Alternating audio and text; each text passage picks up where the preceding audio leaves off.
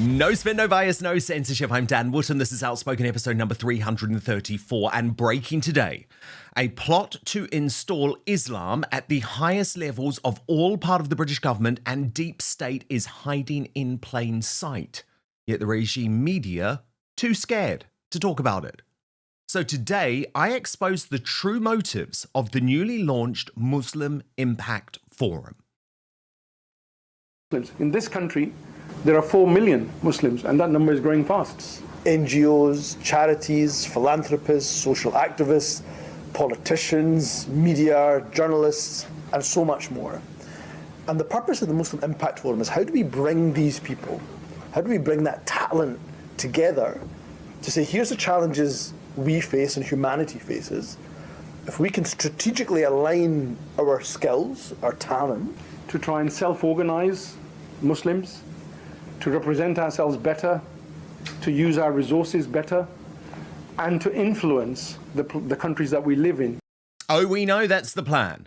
And it comes, of course, as Jeremy Corbyn and Zarah Sultana announced overnight that they are pushing ahead with plans for their own hard-left extremist Islamist party, announcing united, there is nothing our movement cannot achieve. We have a world to win, so let's get back to work.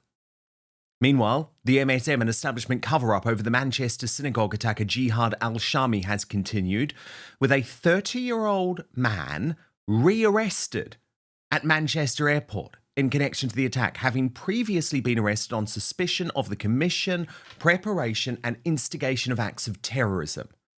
Now, this detention was on suspicion of failing to disclose information. So I've got to ask, why the hell was he out on bail in the first place? Meanwhile, the battle lines over digital ID now drawn, with Nigel Farage vowing to go to jail to resist slippery Starmer's increasingly deranged plans. I think the whole thing is appalling. I will not be having digital ID. Put me in prison, not a problem. I will not be having digital ID, and I really mean it. I think that the more people see the benefits that come with this, the more, as has happened in other countries, people say, that will make my life easier, and therefore I want to get on with it. The chilling threats facing the disunited kingdom in my digest next. Then, my superstar panel weigh in.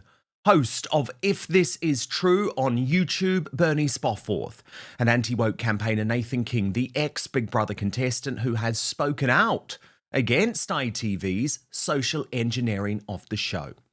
Also coming up today, toothless Green Party leader Zach Polanski, a hypnotherapy weirdo who used to suggest his treatments could give women bigger boobs, has been totally humiliated by Piers Morgan for continuing to insist that females can have penises, and actually that none of us are even born a particular sex. So we're going to analyse the cringe-inducing confrontation which should damn one of the most dangerous men in British politics, and I'll show you Katie Hopkins' response too. And as a Big Brother boycott grows over the removal of a Farage supporter from the House and humiliation of a female contestant for stating biological reality, we'll reveal the truth about woke ITV's censorship of the iconic reality show. Then, in the uncancelled after show on Substack, Prince Harry and Meghan Markle's marriage woes have been exposed in shocking full colour on stage in New York overnight, as the desperate pair pick up the fake Humanitarian of the Year award.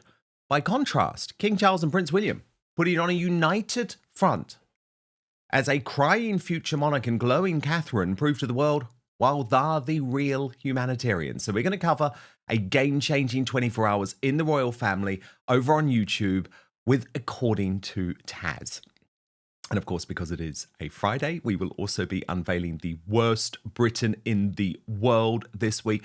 Honestly, last time I checked this morning, we had over 60,000 votes already. So get voting. You can find it on the posts tab of YouTube. Your nominees are, of course, the Union Jackasses from across the week. So on Monday, we had Gary Neville for his ludicrous dig at middle-aged, angry white British men. On Tuesday, James O'Brien for his reaction to everything that's been going on in terms of the flags. Wednesday, it was Lenny Henry for demanding £18 trillion in reparations be paid. And Thursday, Dr. Scholler for her completely unbecoming but not at all surprising reaction to Trump's Gaza peace plan. So get voting. Who is going to be the worst Briton in the world this week? We will reveal the identity of that prize no one wants at the end of today's show. So do stick with us. But now, let's go.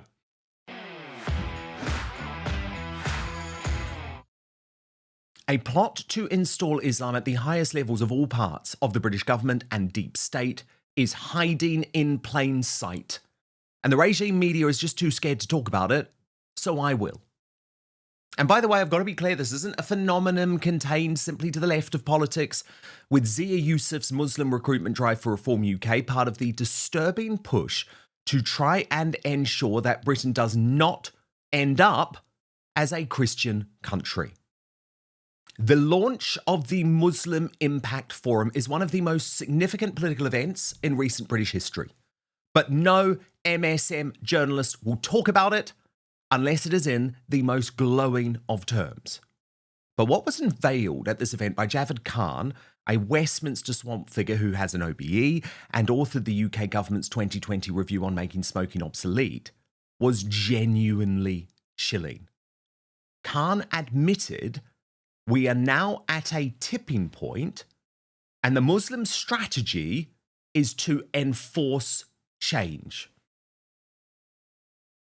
I would say hand on heart now that we are at a tipping point in this country, and it's reflected in other countries as well, where we either try and do something different to try and self-organize Muslims, to represent ourselves better, to use our resources better, and to influence the countries that we live in better than we have done already.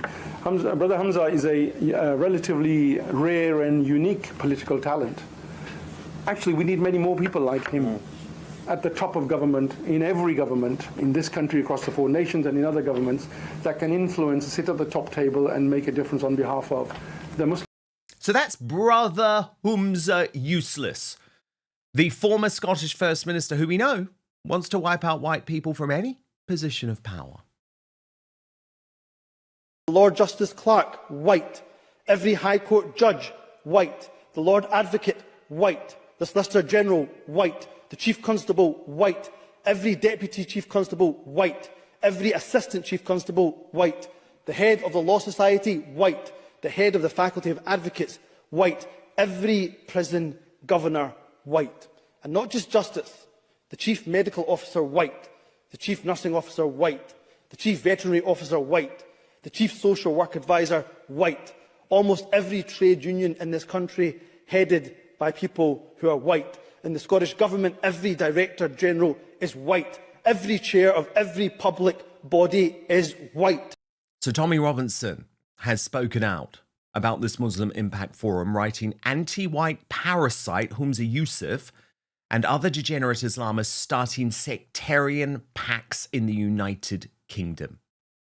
And I have to say, I do believe that's what's going on. Because Useless is a man who doesn't even seem to view himself as part of our country, and that's based on his own statements this week. The UK government continues to sell arms to the government of Israel. So this doesn't, I'm afraid, whitewash what the UK government is doing in Gaza. And look, let me just remind you of your history, of course. Israel was founded on the back of a campaign of terror. British officials died in that campaign of terror. For example, the bombing of the King George Hotel. That's the language of Yasmin Alabaya Brown. Let your racism pour out in this way, okay? All right? You've insulted my faith. The danger today is not Muslims, it's Israel, it's America, it's Russia, it's Russia. But they know, just like we know, that the demographics are very much on their side as a takeover becomes inevitable, given it's already happening in the UK's biggest cities. In this country, there are 4 million Muslims, and that number is growing fast. But of those 4 million, 50% are under the age of 25. 1/3 are actually under the age of 15. Oh, we know. But of course, the mission is strategically presented as being necessary to counter so-called far-right influences and that thing called Islamophobia, which I presume means we don't want to be taken over by a religion that wants to blow up innocent Jewish folk, throw gay men like me off the top of buildings, or lock women up in their homes. The Muslim Impact Forum is needed now more than ever before. I think it's fair to say that the challenges not just the Muslim community faces, but humanity faces, are very grave indeed. Very difficult times that we live in. You can see in the United Kingdom alone the rise of the far right, driven by anti-Muslim hatred. And that's not just common to the United Kingdom, it's common to Europe, and of course we can see also in the United States as well. And then in the East, we see some major challenges, thinking about particularly the genocide in Gaza, but many challenges across the world. And yet, the Muslim community is huge in number, very wealthy, very generous. We have amongst our numbers entrepreneurs, business owners, NGOs, charities, philanthropists, social activists, politicians, media, journalists, and so much more. And the purpose of the Muslim Impact Forum is how do we bring these people, how do we bring that talent together to say, here's the challenges we face and humanity faces. If we can strategically align our skills, our talent, then actually we can solve these problems to the betterment of the whole of humanity. So that is the language being used to counter not far-right extremists, but the reality of people like me, who are going to call out on a daily basis the threat being posed to our very way of life in Britain and the West by Islamism. Basil the Great on X posted, states its goals are simply to get more Muslims into positions of power within the UK, wants to connect wealthy donors with young Muslims to fund their move into politics. This is sectarian, dangerous, and should be outlawed. And this is absolutely part of a wider plot. Dr. Wajid Akhtar, Secretary General of the Muslim Council of Britain, hit a very similar note when talking about the Pakistani Muslim rape gang cover-up scandal. The community is in a very different place. We're a community that is struggling with violence in the streets and being relentlessly abused online. We're a community that is struggling with healthcare issues, social issues, poor education, and even worse, employment. We're a community that's grappling with so many problems, including the horrors that we've seen in Gaza, Sudan, and Myanmar being live streamed onto our phones, and we feel helpless about it. We are a community that is misrepresented as somehow being related to grooming gangs. Let me be absolutely clear. One groomer is one groomer too many, Muslim or not. And we will not just condemn it, but we will act to protect our children, all of them. But misrepresenting an entire faith, an entire ethnicity, as somehow linked to grooming is also an injustice. And as a community, we will stand up against both injustices. We're a community that constantly has its loyalty questioned. We were born here. Our children were born here. Our grandchildren will be born here. We find it distressing to have our Britishness questioned by those self-appointed judges who decide who is a good or bad Muslim. But that's where we find ourselves today. Now, the surprise reunion between Jeremy Corbyn and Zarah Sultana last night, who are astonishingly pushing ahead with their plans for a hard-left Islamist party, is another worrying development on this front. As Corbyn posted, united, there is nothing our movement cannot achieve. We have a world to win, so let's get to work. And crazy things are happening in British politics right now, but that's why there's so much risk. Because even Labour, now freaking out about the smashing of the two-party system, which is absolutely deserved, by the way, with Stephen Edgington noting that it's very telling that a former Labour leader in Neil Kinnock wishes the Tories survive. Watch. Tell you what, I'm the last bloke in the world to make an appeal to Tories. But I would say that so much of our system and the integrity of our democracy depends upon there being a rational, forward-looking, right-of-centre party to contest the ideas of democratic socialist Labour, that we'd all be losers if that option disappeared. Now, it is really worth thinking about the launch of the Muslim Impact Council and what it means. But also, let's just think about the context of its launch. So it took place on September the 25th, exactly 1 week before another Islamist terror attack on a Manchester synagogue. But of course, the extremism in that community is never discussed. Indeed, I've got to show you London's crooked and corrupt Mayor Sadiq Khan overnight, managing to talk about the attack without once mentioning the elephant in the room. What happened in a synagogue in Manchester last week, in fact 7 days today, was a heinous terrorist attack on the holiest day of the Jewish calendar. It's heartbreaking that many Jewish Londoners will be feeling even more afraid and worried about their safety.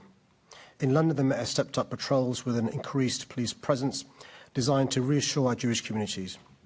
Places of worship must be safe havens, and Jewish communities must be able to live and worship free from the fear of harassment, intimidation or violence. It's clear there's much more to do to rid our society of the poison of anti-Semitism, and we must redouble our efforts to stamp out this vile hatred. On the day of the appalling attack and over the weekend, there were some pre-planned protests about Israel's actions in Gaza. I urge those who are considering going ahead with those protests to be mindful of how our Jewish communities are feeling in the wake of the attack. Protest is a cornerstone of our democracy, but we also have a responsibility to be cognizant of how our words and actions can make others in our city feel. Now more than ever, I urge Londoners to stand together and be united in our rejection of hatred. Okay, did you notice what I did there? Did you notice what I did there? Sadiq Khan didn't mention two words, Muslim or Islam. But after the Tommy Robinson Unite the Kingdom rally, he couldn't wait to throw around that far-right term. Lawrence Fox raged, you can't unite people around the rejection of an abstract notion. You are the problem. It's you London should reject. I want my capital city back. And you know, all week, I've been exposing what is now clearly an MSM and establishment-wide cover-up over the Manchester synagogue attacker Jihad Al-Shamie, who was very obviously an Islamic extremist, long known to police, who even called them on the day of the attack to pledge allegiance to ISIS. But unfortunately, Manchester cops seem to be dropping the ball on this over and over again. Just yesterday, a 30-year-old man was rearrested at Manchester Airport in connection to the attack, having previously been arrested on suspicion of the commission, preparation, and instigation of acts of terrorism. The detention yesterday was on suspicion of failing to disclose information. But why the hell was this bloke out on bail in the first place? As Alex Armstrong raged, insane, completely insane. The police let a man off on bail over terrorism charges. Let's not forget Lucy Connolly wasn't allowed bail over a tweet. Completely mad country we live in. It is beyond broken at this point. Well, I agree with that. It is. And organisations like the Muslim Impact Forum intend to capitalise on that. So that's why I will give credit to mainstream politicians who are prepared to spit facts, no matter which party they're from. So that includes Nick Timothy of the Conservatives. Watch. You look at the census, you can draw a clear line through lots of British towns and cities, where on one side of the line you have a kind of white British community, on the other side of the line you have an Asian Muslim community. There is terrible segregation in some of our cities. And we have to be honest with ourselves that when we're thinking about immigration that we want in the future, obviously the numbers need to be radically reduced. Obviously we'll want people to contribute, but we have to be honest that not every culture, as Kelly said, is equal, and not all migrants are the same. So 72%, according to the census, 72% of British Somalis live in social housing. 1 in 3 Pakistani and Bangladeshi heritage adults is economically inactive. 1 in 50 Albanians here is in prison. We have to be honest about these statistics and this evidence base if we're going to inform our policy and make sure that it's right for us in the future. And that, in the end, is the essence of the debate about immigration policy. It has to be right for this country and the people who live in this country. All of that is before you get to the anti-white racism, which is now so accepted. In modern Britain, it's become commonplace throughout the Westminster swamp and regime media. White and British, and you live in the UK, and you feel like the UK is becoming an anti-white country, you're not wrong. If you're a teacher in Wales, you get paid £5,000 less a year if you're white.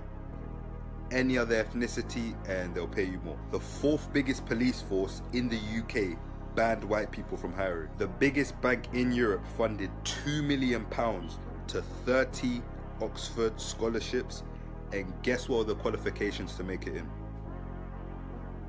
The biggest broadcasting platform in Europe banned white people from applying for a trainee role.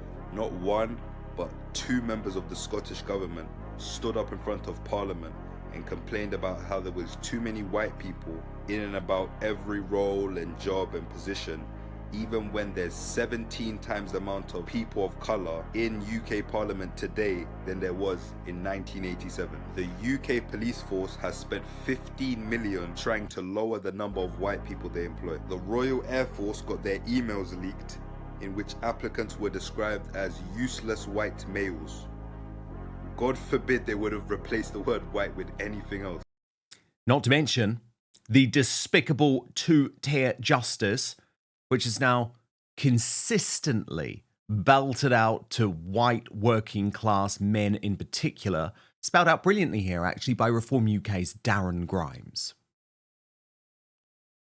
Never guess who got more time in jail. Was it A, the illegal migrant who sexually assaulted a child, or was it B, the locals who protested about it? Ding, ding, ding! The locals! Of course it was. 3 men in Epping have just been jailed over a protest outside of a migrant hotel.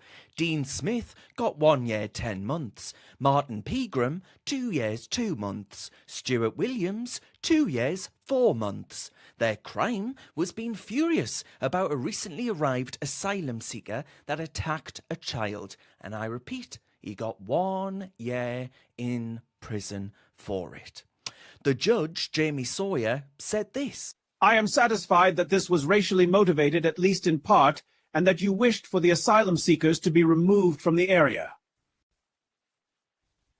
He told them you didn't wait for due process, you wanted to take matters in your own hands. Now look, I believe in due process, I believe in a right to a fair trial. But what about the due process that actually failed that little girl?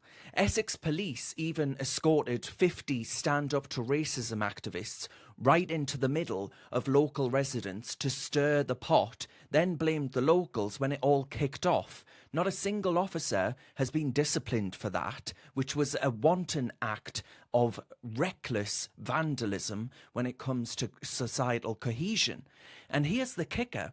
A Labour-run council has even passed a motion branding the Pink Ladies, that was the group of mums and grandmas who protested peacefully about the same hotel, as far right. Ordinary women demonised for wanting their daughters to be safe. The migrant gets leniency. The locals get a hard slog in prison. And Labour smears the people that they're meant to serve. This isn't justice. This is madness. I think this is a sure sign of broken Britain under two-tier care. But perhaps the biggest worry in all of this madness is that we have a compliant and cut MSM who day in, day out just pretend that none of this is going on. As the brilliant women's rights campaigner Sharon Davies pointed out, really eloquently actually, the thing I find the most repugnant about our legacy media, one side gets hounded day in, day out for wallpaper and cake, yet the other side can sell us out to China, waste huge amounts of taxpayers' money, ignore vile grooming gangs, not implement Supreme Court law, lie about phones, rent, and not pay the correct taxes on houses. The list goes on and on. It's all still okay. How on earth did we get here with such terrible integrity in the MSM journalism? Thank goodness for the online world and a few good newspapers and new news sources. Is it so impossible to just want truth and transparency from news for all sides equally? Well, I say chance would be a fine thing, Sharon. Now, the superstar panel. And it is brilliant to have making his Outspoken debut, Nathan King, and back with us, host of If This Is True on YouTube, Bernie Spofford. So, Bernie, look, they're hiding in plain sight, aren't they? I mean, the launch of the Muslim Impact Forum, I think, was a huge moment because they're making it quite clear that they want power, and demography, Bernie, is on their side. And you know what, Dan? This whole thing goes back to probably the early 2000s when multiculturalism became a policy under Blair. And the assumption was that migrants coming in would eventually integrate into our culture, which is patronizing and racist in itself, right? We're so sophisticated that they'll just bow down and do what we want them to do. But in Islam, there is no split between religion and state, unlike the UK's secular system. So this multicultural harmony thing has ended up being fragmented into communities. And what I'm minded of thinking is that by the early 2000s, we'd kind of killed God off. In the West, God was uncool, old-fashioned. We didn't do it anymore, right? And when people talk to me now about far right, all I see is, do you mean God? Do you mean Christian? Do you mean the 10 commandments that we kind of build our society on? Because you want to build something different. And if you look at what we did right back then, we had the Race Relations Amendment Act in 2000, which forced public bodies to serve groups. We then had the Public Sector Equality Duty Act, and that expanded into religion and belief, embedding Islamic groups into all of those public areas, which then with the Arbitration Act allowed private and civil religious tribunals like Sharia courts. And the result of all of this has been parallel lives where the Christian God doesn't mean anything anymore. And because their God is their state, they win. And that is how they are trying to beat us in this legal grey zone where halal can't be challenged because it's their religion. Faith exemptions can't be challenged because it's their religion. And now we've got Islamophobia debates, right? So they can get away with all of this because we embedded the law. It's our own fault. And it's probably too late. But I do want to say... I do want to say, though, that if you really want to fight back, and I'm saying this to everybody out there, if you want to fight back, actually the only thing under the law you can fight back with is God, because it's the only thing you're protected against, right? The only thing. So if you want to live in the Britain that you thought was your Britain, based on those 10 commandments, which are pretty sensible, basically, then that's what you should start talking about. Exactly. Lean into Christianity. Yeah. Nathan, so good to have you on the show. And look, Scotland is such an interesting part of all of this, isn't it? Because Humza Useless, as I call him, your former First Minister, is leading the charge here. And since he's left office, he has become increasingly divisive. I think he's showing his true colours. But when you look at the stats on the ground, it's quite extraordinary what he is suggesting, because Scotland remains, according to the most recent census, 92.9% white, and just 4% of the population identifies as Asian Scottish, or Asian British. So I would argue he's pretty damn lucky that he reached the top of Scottish politics, just like Anas Sawar, the leader of Labour in Scotland, has reached the top of his party. How incredible. Scotland must be a pretty inclusive country, right? in order for that to happen, or I should be very careful, actually, a pretty inclusive nation, because, of course, Scotland is not a country and hopefully won't be. But you know what I'm saying, Nathan? Like, how on earth can he suggest that he hasn't achieved a huge amount of power already, but it's not enough? It's not enough, because look at what he's saying. Actually, he wants to take over. Yeah, it'll never be enough for Hamza. I have had the misfortune of having to live with the SNP government. And yes, Hamza falls into that. But John Swinney is just as bad. I heard John Swinney the other day at a Jewish commemoration, and the first thing that came out of his mouth was about Palestine. And I thought, how out of touch are the SNP? And Hamza falls into that. Hamza's quite simply a racist. He's quite open about it. He doesn't hide it. And now they've got that clip of him, and it exposes him for what he truly is. But I think anyone in Scotland knew what he was for years, and Anas Sawa falls into that category as well. I think, for me, Hamza said that the Muslim Impact Forum is very much needed now more than ever. I think, personally, I look at it and I think this is why we need to support Israel now more than ever. And I know maybe that's a stretch for some people, but I think Israel are on the front line here. And they are defending all of us in the West from terror, and from... They have the guts to stand up without fear of being called racist or as Islamophobic, which I think so many people in this country, I think more and more are waking up and more are realising that, you know what, they can throw these labels at us all they like, but I'm going to speak up regardless. But more need to do so, because if we allow this to continue, I think we're in big trouble. I did like your post on X, Nathan, where you said, I'm genuinely worried about Greta and the pro-Hamas mob. What will they do with their Saturdays now? Back to the climate change grift they go, I suppose. But the terrifying thing is, they don't give a damn about peace. They never did. They don't want peace. I mean, these hate marches, trust me, are going to continue. They're continuing in London, the epicenter of this hate, tomorrow, despite the fact that there is now a ceasefire thanks to Donald Trump, because they do not want peace. They want war. That is what they want to bring.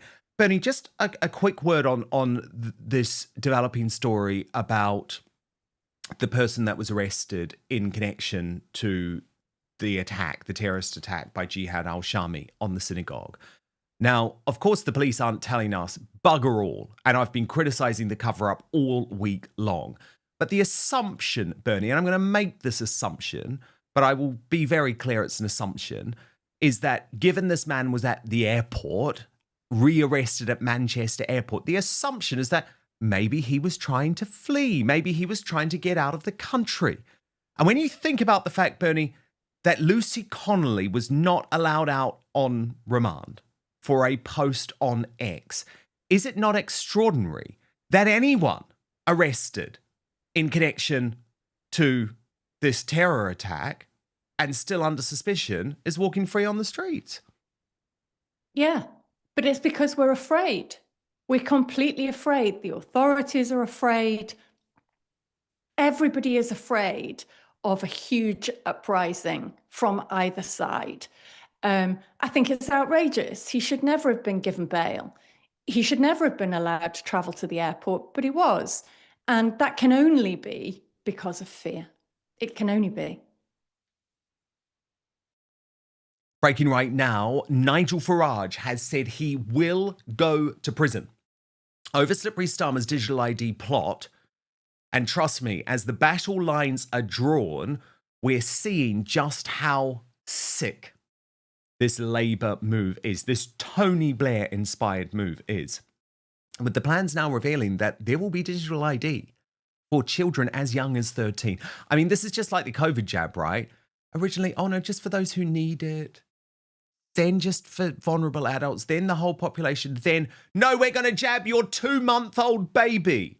Trust me, there will be digital IDs for babies if Blair and Starmer gets his way.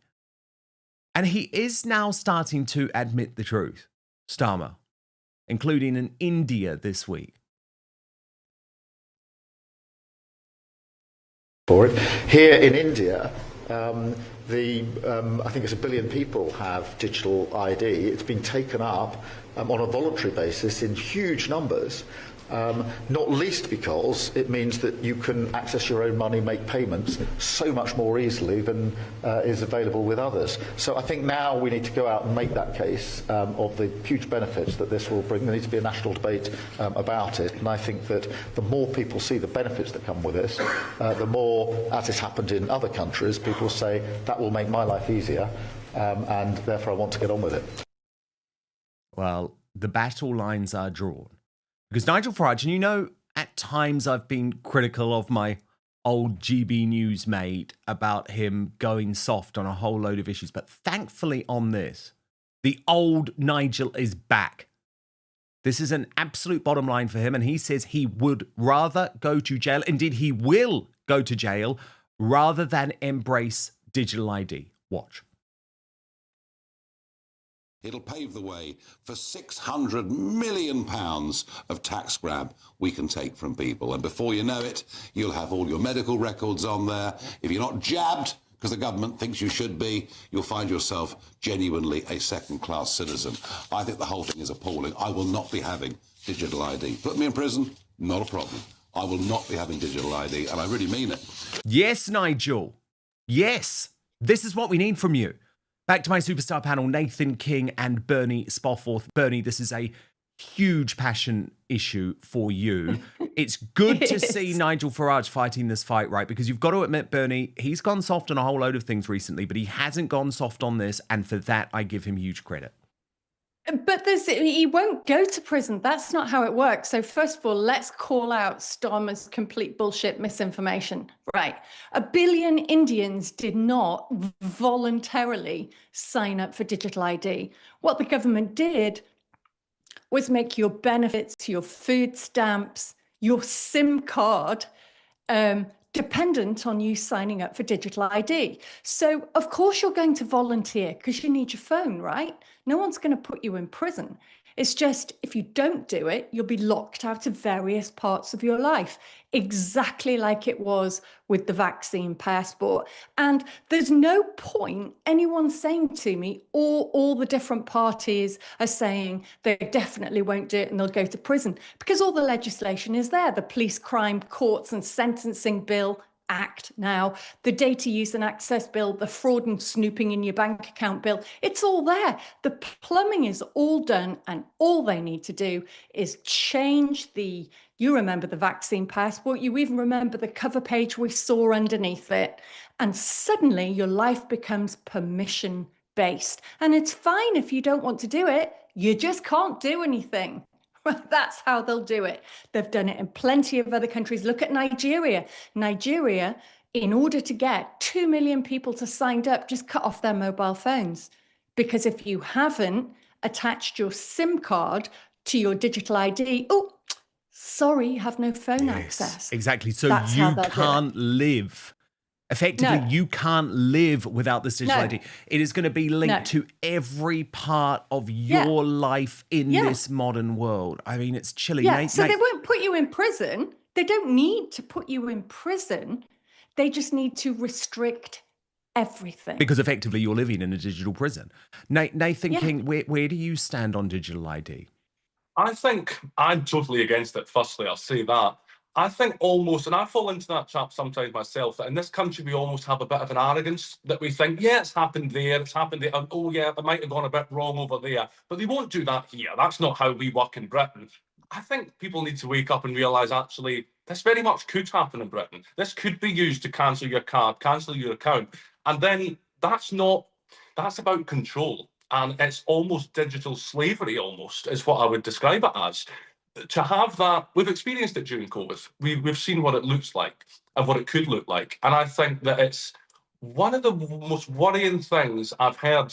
Starmer said a lot of worrying things in the last 12 months, but to come out with that so blatantly and so many people actually be on side about it, I think, why aren't people shouting from the rooftops? And I know there are many that are doing so, Farage being one of them, but this can only go wrong, I think, personally. Yeah, indeed. I mean, Bernie, it is so fascinating, isn't it? Starmer managed to lose public support on this issue within a matter of days. Because it's almost like something that at first glance people think, okay, maybe this makes sense. And, you know, we're being told that this is going to stop illegal immigration, which we're all so desperate to do. No, it won't. No, it won't, because any of the countries in Europe which have digital ID have just as much trouble when it comes to illegal immigration. So that's a lie. That is a ruse.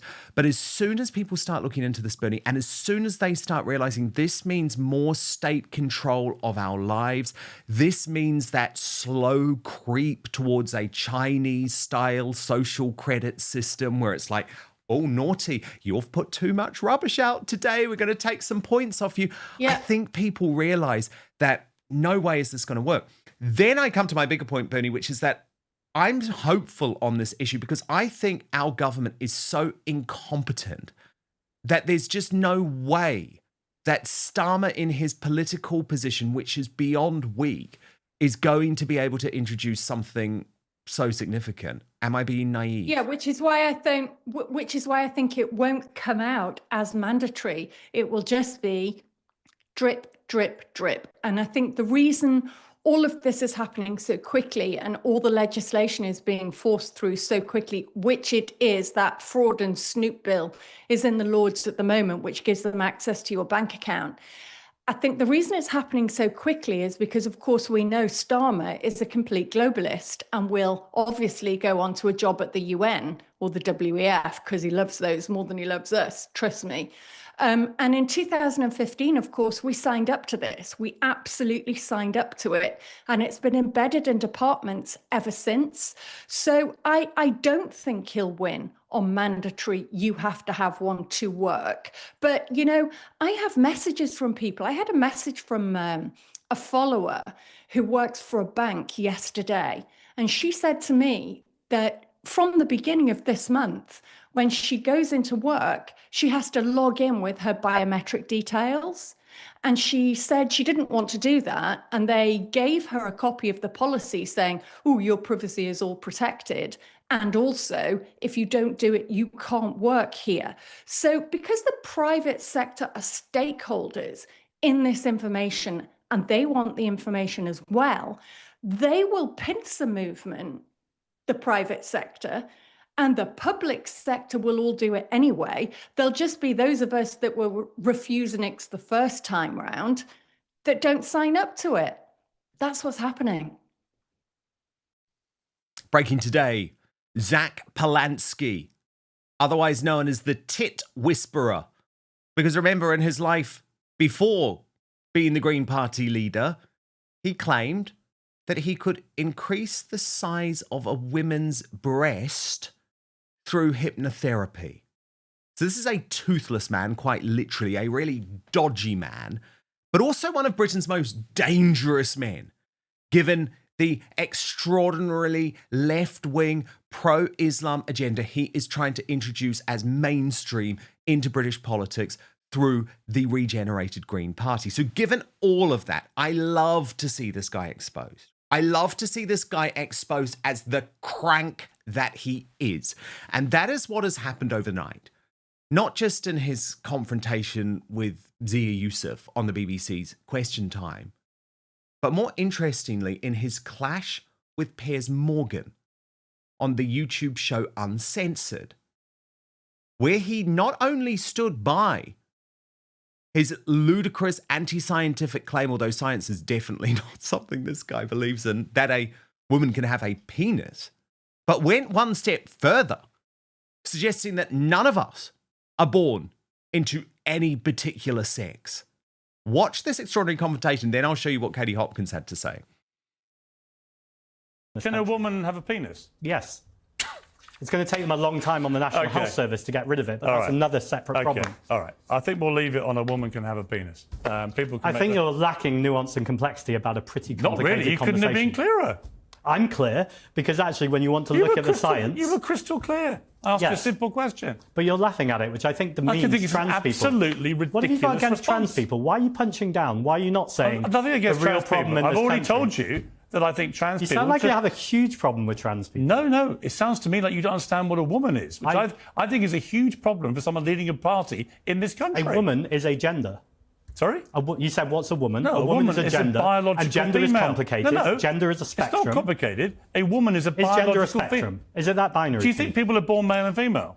Not necessarily. Oh, for God's sake. I think it's more complicated than It's that. not more complicated, Zach. Well, it's not more complicated than that if you're a TV show host who wants to make it binary and ridiculous. Zach, you're going to have but to actually, work if you this want stuff to have out, a mate, nuanced conversation that actually reflects science, you know, when I asked you if you want information, when I asked you if you want to be Prime Minister, there is not a cat in hell's chance of you ever becoming Prime Minister if you don't know what a woman is. Well, you'll see us going up in the polls. We're the most favourable party in London right now, so let's see about Why do you that start going out tomorrow with your big campaign that women can have penises? I'm going to be going out tomorrow with my big campaign about about inequality in this country between the multimillionaires and billionaires and when working class people see communities you who are really say to suffering. me, women have a penis, Well, because you're see how trying it to plays distract out. from inequality, and actually, Not I think really, most people just asking you don't questions. care about the conversation. If you we've want had. to be Prime they just Minister, care about the fact they want to put food on the table. heat in you their are a homes, fast and that's emerging. trans people as well. You are a fast emerging politician in this country. I am perfectly entitled to ask you what you believe. You're absolutely entitled, and you've people are been crystal entitled to clear see the what you believe. ludicrousness of these questions, rather than tackling the inequality and the fact we're not funding a national health service, the fact we've got schools crumbling, the fact that people are struggling to put food on the table. That's what people are worried about, not trans people. Okay. Actually, they're worried about women's rights. I'm worried about women's rights too, but as I said, I offered several times to talk about the police force. I offered several times to talk about the inequality pay gap. You want to talk about other things, I get that. I want to talk about women's rights. Let's have a conversation about women's rights, but let's not talk about trans women specifically. You think women have penises? You said to me, can a woman have a penis? Yeah. And I said, yes. So if they're transitioning, for instance, then of course a woman can have a penis. It's complete When bullshit. were you a doctor or an expert in women's rights The or UK science? Supreme Court has made it crystal clear. But that's what a not the woman is. Supreme Court's job. The Supreme Court's job is to look at legislation Lay down the law and of then the make a land. legal ruling. Okay. So you know more than the Supreme Court? Well, yes, actually, in this case, yes, I do. So this man is mental, okay? But we know he was mental because back in 2013, he was selling his hypnotherapy on Harley Street to women, saying that it could increase the size of their bosom without going under the knife. So we know that this guy is mental. We know he's a charlatan, actually, as well. But he's also dangerous. Perhaps, though, Katie Hopkins' approach is best. Watch. In other news, Zach Polensky says that women can have a penis. Zach, no, that's biologically inaccurate, isn't it, my darling? Though I would argue that I have a bigger set of balls than you will ever have. Well, I think that is absolutely true. To my superstar panel, Bernie Spofford of If This Is True, and Nathan King. Look, this guy, Nathan, is clearly a joke figure on so many levels. His whole life is a joke, right? I mean, the fact that his career was trying to trick women into this very expensive hypnotherapy so that it could increase the size of their boobs. I mean, he's a joke-like figure. But what is actually happening with the Green Party, though, and its push towards hard left extremism, a pro-Islam agenda for the UK, is dangerous. So in some ways, I think this interview with Piers Morgan is really important because what it does is it shows this is a madman, right? This is not someone who should be taken seriously on anything. Yeah, the man's fruitcake, I think, is the firstly, I'll say that. Secondly, he is dangerous, and you're absolutely right, he is, because this unholy alliance that they've somehow manufactured between themselves and the Muslim vote, I am appalled by it, and I cannot get my head around it. He is. To not answer that, do you know what? I'll give him he answered the question, because I was moaning about Ed Davey the other week. He didn't answer the question, skirted round it. Okay, and I said about that, I said, give us a straight answer. Tell us no, and then at least we'll know you're sane, or say yes, and then I respect you for giving an answer, but clearly you're absolutely off your rocker. I think the thing is, I've been saying recently about the whole trans debate that it is a mental illness, and clearly Zach Polensky, I don't want to diagnose here, but clearly he is not far off that, because to believe that a woman, it's almost laughable, and I'm trying to find the words for it, but it is almost laughable, and the support that he has is extremely concerning. That they are doing well in the polls. I completely get that. That's a sad reflection on where we are as a society. On the left side of politics, and as well as that, if the best the left have to offer is a man who can enlarge breasts by the power of the mind or whatever nonsense he spouts, and also says that a woman can have a penis, well, should we be that concerned? I'm not too sure. But I mean, Nathan, this is a really serious thing, though, where you are criticised for talking about biological realities because you've experienced this just in the past week. Look at this Pink News, which I think is a ludicrously hard left, insane publication which should be ignored. And by the way, as a gay man, it doesn't represent me at all. But look at this. Ex-Big Brother contestant stands by anti-trans comments about current housemate despite backlash. And you responded, actually, so you owned this. And this is what I think more and more of us have to do. And I'm so glad you did it. You responded by saying, damn right, I stand by my pro-reality comments. It's not anti-trans, is it? It's pro-reality. Absolutely. And I think I had death threats following that. I had the most vile abuse from the Be Kind Brigade that you can imagine, which I think you might have experienced similar. Everyone that is reasonably... And I think Bernie has too. Anyone that's vocal on the right has experienced the Be Kind Brigade not being very kind. And I think the thing is, we do have to stand by. I will, anything that comes out of my mouth, I will own. And I will say, yeah, I'll stand by it. Despite any sort of backlash. And they say backlash. Some comments from some deranged people who think that what I said was somehow too direct. Well, so what, I have to fluff it up for you just in case it hurts your feelings? No, I say... And I think it's maybe a Scottish thing. We just say it as it is. We don't bullshit. We don't fluff it up for anyone. We just say it exactly how it is. And it's true. And I think that, just stand up to these people. And I think more people should do the same. And hopefully they'll just go away. Yeah. Bernie, where do you stand on Zach Polanski? Because, I mean, it's not just his comments about women that are nuts. I mean, just this week, and actually on Question Time, where he had a pretty intense battle with Zia Youssef of Reform UK, he's actually going as far as calling Nigel Farage a fascist, comparing Reform UK to the Nazis. Now, this is where I think things get really dangerous, Bernie, because that is importing the politically violent language that led to the assassination of Charlie Kirk into the United Kingdom.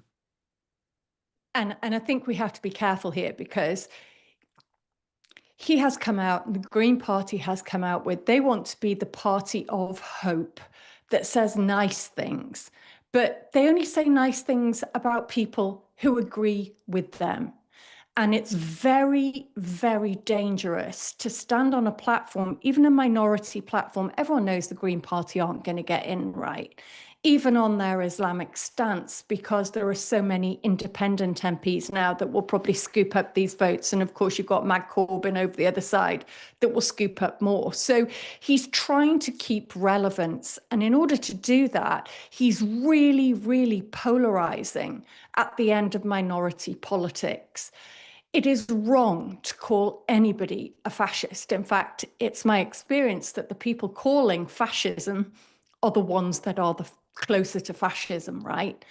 But if you're going to even discuss the Green Party, then you need to look at some of their policies because it's insane and there's no point even crediting them with airtime. He wants universal basic income paid for by the 1% ultra wealthy in this country. Well, if you look at the ultra wealthy in this country, you'd probably pull in 10 to 15 billion pounds per year maximum. That won't go anywhere near universal basic income, right? He backs as many migrants as possible. Their policies are refugees welcome. But at the same time, he wants harsher net zero laws. He doesn't want digital ID, but he does want control on free speech.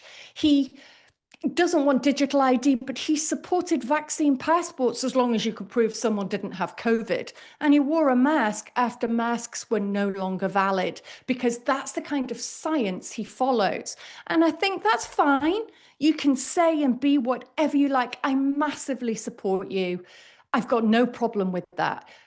But they are an irrelevance I just think they're irrelevant, and the more airtime they get, the more damaging it is. In fact, all mainstream parties should just leave them alone, because that kind of rhetoric is really dangerous. The problem is the BBC's given him a massive platform. You know, Yeah. he was on Question Time last night, and this is the type of coverage that the mainstream media were giving to it. So Metro went with the headline, Zach Polanski grills Reform UK's use of over parties links to Putin. Well, indeed, I actually watched the segment, Bernie. What I saw happen was the use of completely expose Zach Polanski over his very dodgy past.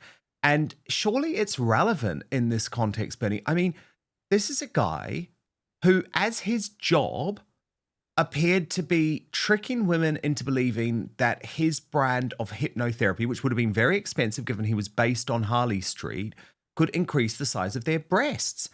And Bernie, this was not like a joke. Like the media seemed to make this a big joke, but it was actually the reason he was exposed is because there was an undercover investigation by the Sun newspaper into what he was doing. The undercover journalist approached him, posing as a client interested in using hypnotherapy to increase her breast size and boost her self-confidence. And Polanski went along with it. He endorsed, according to The Sun, hypnotic breast enhancement as a safe and affordable alternative to cosmetic surgery, quoting him as saying it could help women feel more confident without implants. But that's not what he says. That's not what he says. And, do you know, I'm so useless, right? Because I have to listen to everybody's side. What he says, and don't forget, he's trained as an actor. He's trained as an entertainer. He's trying to make a living. He then went on and qualified as a hypnotherapist. And what he was essentially doing was giving women a better body image about themselves. I obviously don't know if those women had a penis. Anyway, back to the story. And he was particularly talking about ballet dancers, and he was approached by The Sun to see if he could do this experiment for them, which he says he did, and he was trapped into. So, and I can understand that, how that would happen. And so can you, having had lots of experience with the mainstream media, right? They'll twist anything they can. What I would say about him is he is obviously an excellent communicator. And that is very difficult for those people who are easily persuaded or latch onto a minority type of,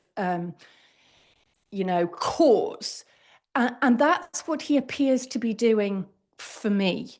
But I don't even care. I don't care. Unless you can make the maths add up, you are valueless to me. So he can talk all he likes about women with penises. He can talk all he likes about making your boobs grow, although, he probably was talking about body esteem. It doesn't matter to me, Dan, because they're over before they've even started. We are bankrupt and they can't help us.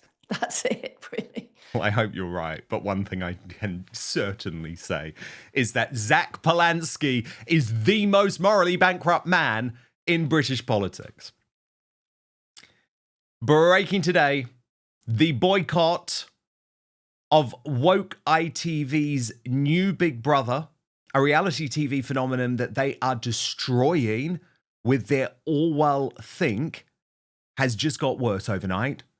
Tommy Robinson now weighing in on the forced removal of this young man, George Gilbert, who happened to be a Nigel Farage and Reform UK supporter, writing, Big Brother, reality TV show, throws a contestant out the side door for wrong speak, couldn't make it up. And having watched this episode of the show, what was most extraordinary is that Big Brother has not revealed what George said, hasn't allowed us to find out what he said. This is all a big cover-up.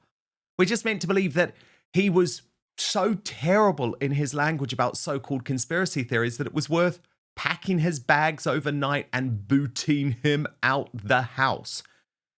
And what used to be such an amazing social experiment, actually, and a place for free speech, a place for people with different views and different life experiences to come together to have genuine conversations. Yes, sometimes they were heated. Sometimes people went too far. We saw Jade Goody kicked out, didn't we, for referring to Shil Pachetti as a bobbadom.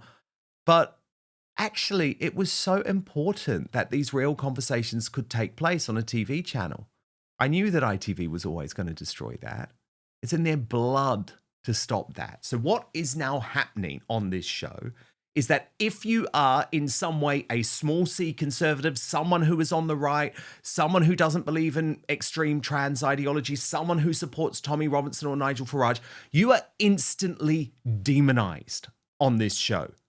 From word go, you are made out to be a freak rather than the majority of the British population. So on my Superstar panel today, we of course have Bernie Spofford from If This Is True. But fascinatingly, in terms of this conversation, Nathan King, he was a contestant on Woke ITV's Big Brother last year, but he is now speaking out against this Orwell-style behavior, which, by the way, has also seen a female contestant, Caroline Monk, traumatized and humiliated simply because she spoke about biological realities in terms of two contestants, one of whom is trans and another of whom is pansexual. So Nathan, you obviously have lots of experience with this, but you somehow managed to navigate it. What happened when you were in the house? Were you very conscious of the fact that if you went off the woke script or spoke too much about your politics or what you thought, that there was a chance you could be booted out in the same way that George has been, or humiliated in the same way that Caroline Monk has been? That's a fair point. I think they seem to have got so much worse over the last 12 months. Last year, I think they almost got it close to being right last year. We had a good group of people. Yes, we had a lunatic who glued herself to roads and we clashed, but I came out of that quite well because I put my point across and they gave me an opportunity to do so. I think right from the get-go this year, it's clear there has been an agenda. They put Emily Hewitson in there. Now, Emily Hewitson didn't stand a chance because they were evicting somebody in the first night this year. And it was always going to be Emily because I think the thing is, when they put someone in that is right-leaning, initially, a large portion of the audience immediately don't like them. And that's just because of what they've been fed by the mainstream media, frankly. But Emily wasn't given that chance to allow the audience to warm up to her. So she was booted out on the first night. Then you had Caroline, who was shamed. And I felt so bad for Caroline because when you're in that pressured environment as well, she had the cameras around her. And obviously she had the backlash in the house. She was then formally warned by Big Brother for her comments, which were just reflecting biological reality. The contestant she was talking about, whatever they want to identify as and call themselves, they are a woman and they will always be a woman. So to humiliate her, to give her a formal warning, and she's obviously thinking on the outside, well, this is me done. They're going to get me out. They're going to boot me out or whatever's going to happen. It was such a worrying, dangerous thing. I thought it was dangerous because what it's basically telling young, impressionable minds at home, no, do not speak the truth. Do not reflect reality. Go along with what we tell you to. And that seems to be what this series is about. They're pushing an agenda. Instead of having it, what it was even last year, it was just a social experiment. I don't know who's funding them this year. I don't know who's paying their wages this year, but clearly it's someone that wants to push a certain agenda. And then George, yeah, he spoke his truth. And I liked that. I liked someone that just says, would I agree with everything that comes out of George's mouth? Probably not, but that's fine. I like someone who has the courage and the convictions to say it as it is. To then humiliate him, boot him out, and then, as you say, Dan, not tell us what he said. Let us make our own minds up. Don't you decide for us what's acceptable and what's not. You show us, and then we, as the viewer, will say, well, do you know what? We didn't like that, so the next chance we get to boot you out, George, we will. But if we don't mind it, then carry on. And they've not given him that opportunity, unfortunately. Well, indeed, I think back to Big Brother. I mean, gosh, see, people are like, damn, why are you talking about Big Brother? But I'm a 42-year-old man, right? Big Brother has been a huge part of my life. Also, actually, a huge part of my career.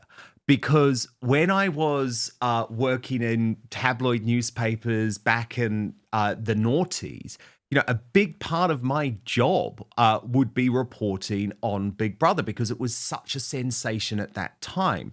And don't get me wrong, there were always lines.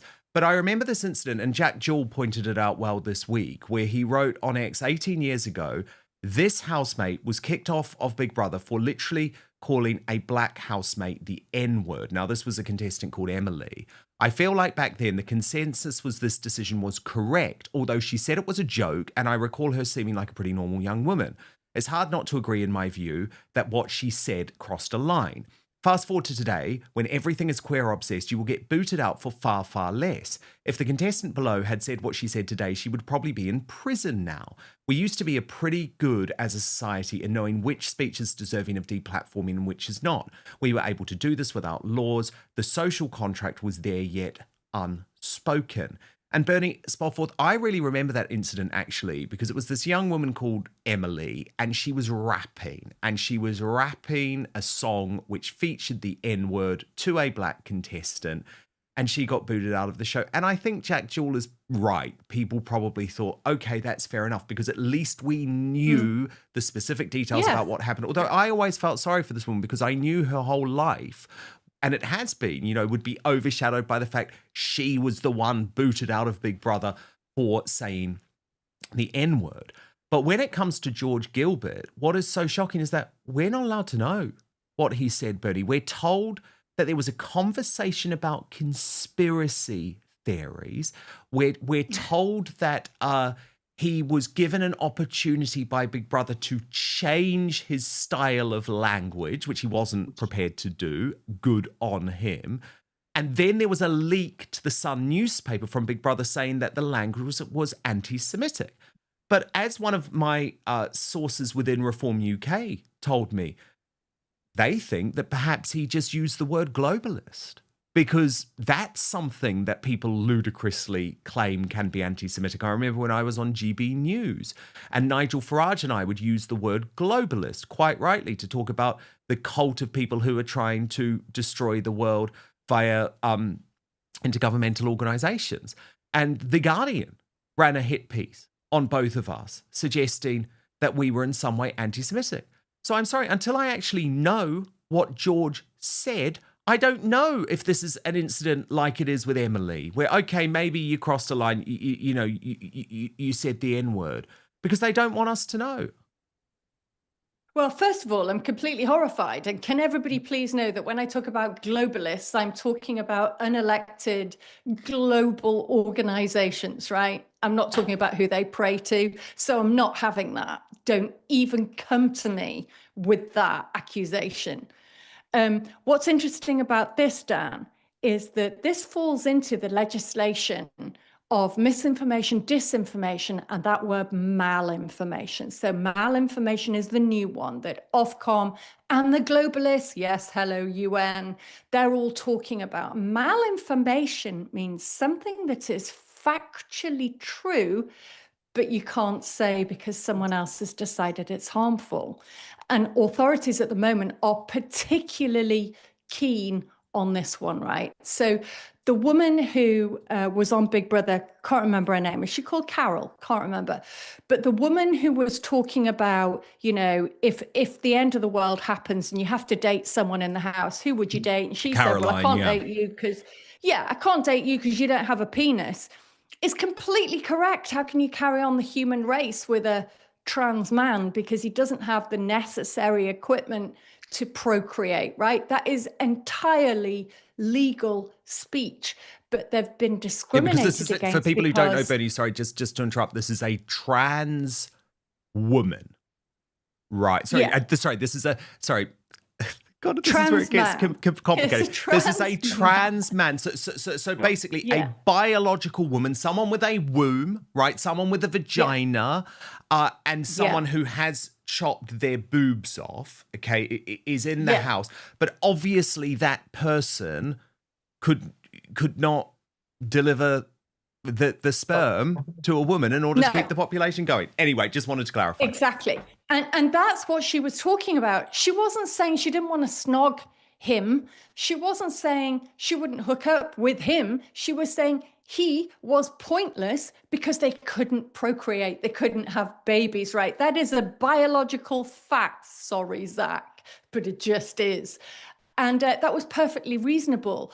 But what I think has happened is that the censors have said, that's malinformation. You see, it's true, but it's harmful. Well, who's it harmful to? The people who don't believe in reality? Well, yes, because they're in the minority and they must be protected. And it's outrageous because she has been utterly discriminated against for being a woman and understanding what you need to have in order to continue the human race. That's just how it is. It's discriminatory and bullying by ITV. And they've totally screwed it now, because I think George and Carol would have cases against what they did to them. And the other point, of course, is 18 years ago, if you didn't like what someone said on Big Brother, brilliant. That's called democracy. You vote them out. You vote them out. That's 100%. What we do. Because, I mean, look, in fairness to this person, Nathan, Zila, Zila's living their life, okay, seems to understand that there is going to be a lot of interest about the fact that they have these huge scars where their breasts used to be.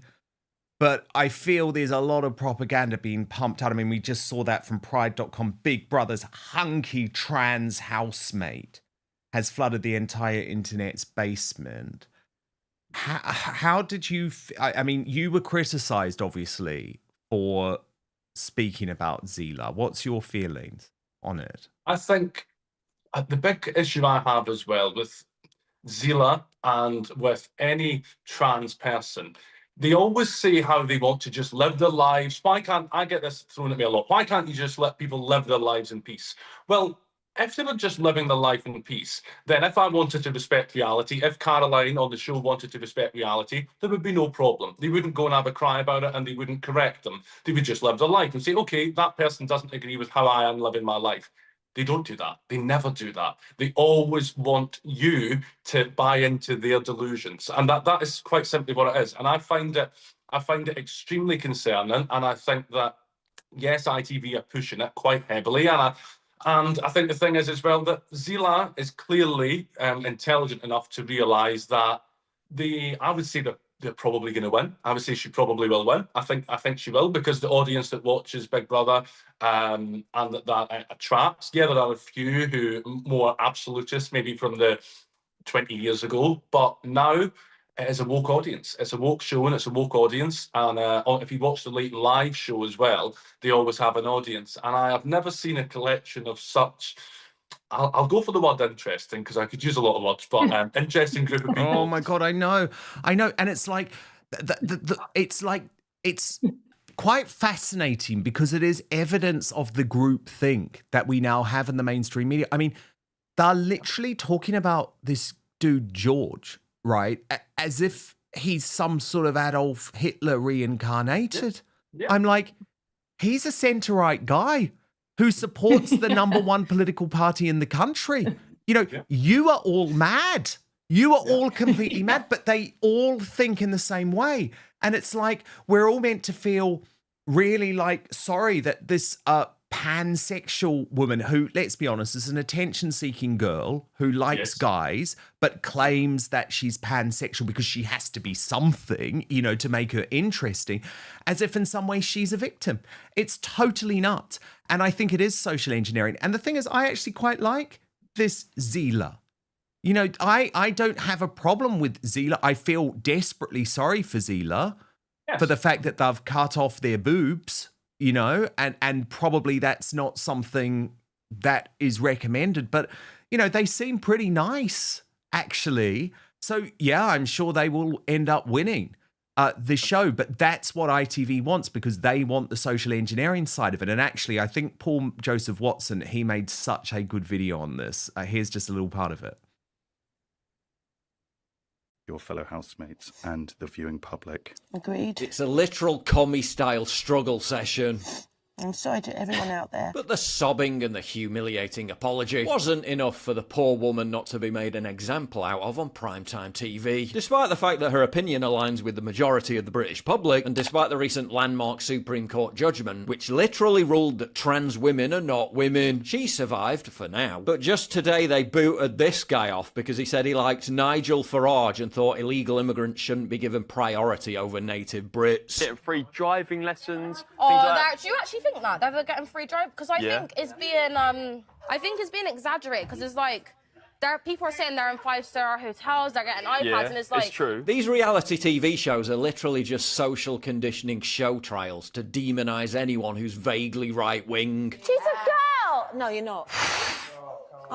Let's revel just for a second in the delicious irony of Big Brother, the same entity which in Orwell's 1984 literally tortured Winston into believing that 2 + 2 = 5. In its 21st century reality TV incarnation, psychologically bullying a woman under threat of career harm and national shame into believing that a biological female can become a man, publicly humiliating her on national television in the process. The party told you to reject the evidence of your eyes and ears. Oh my God, he's so good. He's so good. So Nathan, I mean, looking back, do you have any regrets? I mean, your journey was really interesting on that show because, of course, you ended up in a relationship with a female contestant, right? Whose name on the show was Baked Potato. They forced her to change her name. Yes, that's right. Which is nuts. Did that work out? Like, what's happened since? It didn't, and it didn't work out. So I'm very much on my own happily, and I think. On the show, it is such a heightened, and that's why I feel sorry for Caroline in a sense as well, because I think when she comes out, she'll be wishing that she'd gone, do you know what? I totally stand by what I said, but when you're in there, it's such a pressurised environment. You don't know what the public's perceptions of you, and relationships are heightened as well. So I ended up in a relationship in the show. It didn't work out when we came out, but it is what it is, and it was such a great experience for me. I loved being in there. And I think maybe I just hit it at the right time because this year they've decided to ruin it and go woke, go broke, they say. Last year they didn't do that and they allowed me to have conversations with a Just Stop Oil activist, and I said exactly what I thought, read that, and they were quite happy. So I don't know what's changed and I don't know why they've done it because it just ruins it, and it's sad. Really. Yeah, it is ruining. It's ruining a legendary show, and I'm so glad that you've spoke out. And I think you're right, actually. Like, Caroline will be disappointed in herself. She would have been a hero. She would have been an absolute hero if she'd said, "Sorry, why are you lecturing me? I stated a biological reality, right?" But yeah, we know. Yeah, but it's so hard, isn't it, Bernie? Because when you're in that situation, you know, it's so hard. Megyn Kelly always described it to me as the hostage video apology. We all do it in the moment because we think, I mean, I had it with my experience on GB News with Lawrence Fox. Megyn Kelly had it with her blackface controversy. Like, in the moment, you think an apology is just going to make it all go away. Right. And it's just like, it doesn't. No. And everyone's telling you to just apologize and it will go away. And of course, it never does. It never does. No. And No. you know, the advice is because, of course, you know, you never know until you're in that moment. But don't apologize. Unless you really don't believe what you said, don't apologize. Yeah. You know, but look, absolutely fascinating. So great to have you both. Nathan King, please come back soon. And Bernie Spofford, we adore your channel on YouTube, which everyone must subscribe to. It's been going viral lately on Digital ID. Bernie Spofford, if this is true. And of course, they are both on X as well. Thank you both so much. But now, very exciting because it is time to reveal the worst Britain in the world this week. A reminder of your nominees. These are from the Union Jackasses from throughout the week. On Monday, it was Gary Neville. Tuesday, James O'Brien. Wednesday, Lenny Henry. And Thursday, Dr. Scholler. Irene H8540 says, it's got to be Gary Neville for me. I lived with a white, middle-aged Englishman for 16 years until he passed with cancer. He was an ex-veteran, a hard-working man, loved his football and country, and wore his St. George's Cross tie pin with pride. And I'm sure he would have been really disgusted by what he said this week. 1-2 in 4MH says, you expect the nonsense from Lenny and Scholler. It's all race, grift, and victimhood narratives. Boring AF. But there is a special place in hell for the other two grovelling traitors. UK Patriot 2025 says it has to be Neville this week. What an absolute wazzock.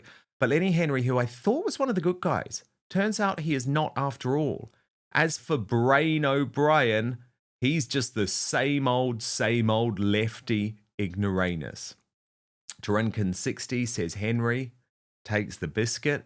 Heaven only knows how this talentless so-called comedian got his totally undeserved knighthood, but he was quick to accept it. What a hypocrite.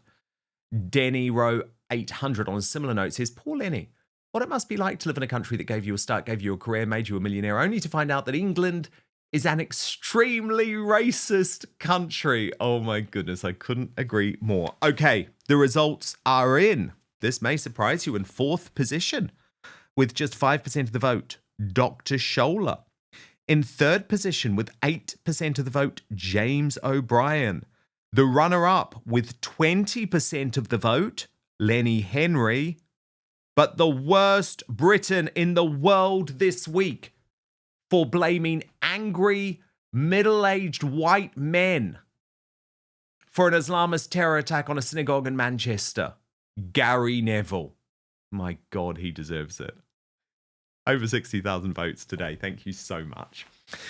Okay, we're moving on to Substack now. Moving over to Substack for the uncancelled after show. Prince Harry and Meghan Markle's marriage woes have been exposed in shocking full colour on stage in New York as the desperate pair pick up their fake Humanitarian of the Year award. By contrast, King Charles and Prince William have put on a united front as a crying future monarch and glowing Catherine prove to the world why they are the real humanitarians. So we're going to cover a game-changing 24 hours in the royal family with YouTube sensation, according to Taz, over on Substack. www.outspoken.live is the address.